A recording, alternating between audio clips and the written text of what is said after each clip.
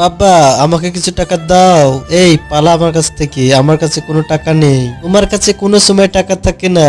বন্ধু, তুই টাকা এনেছিস? না রে বন্ধু, বাবা টাকা দিল না। তাহলে এখন কি করবি? দাদির জন্য তো আমাদের মর্টিন কিনতে হবে। আইডিয়া। ছোট বন্ধুরা, এরপর মনে যেটা করবে সেটা দেখলে তোমরা অবাক হয়ে যাবে। তার আগে ইন্ডিয়া ও বাংলাদেশের মধ্যে কোন দেশ জিততে পারে সেটা দেখবো। যারা যারা ইন্ডিয়াকে ভালোবাসো তারা ভিডিওটিতে লাইক করে চ্যানেলটা সাবস্ক্রাইব করে দাও।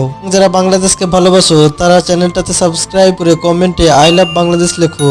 বাংলাদেশ এখানে জিততে পারবে না। তো পাতাগুলো ভালোভাবে গুঁড়ো করে নিয়েছি, এখন জল দিয়ে ভালো করে মিশিয়ে নেব। এটাকে ভালো করে বেলে নে, এখন কুচি কুচি করে কেটে মর্টিনের মতো গোল করে নিয়ে শুকিয়ে নেব।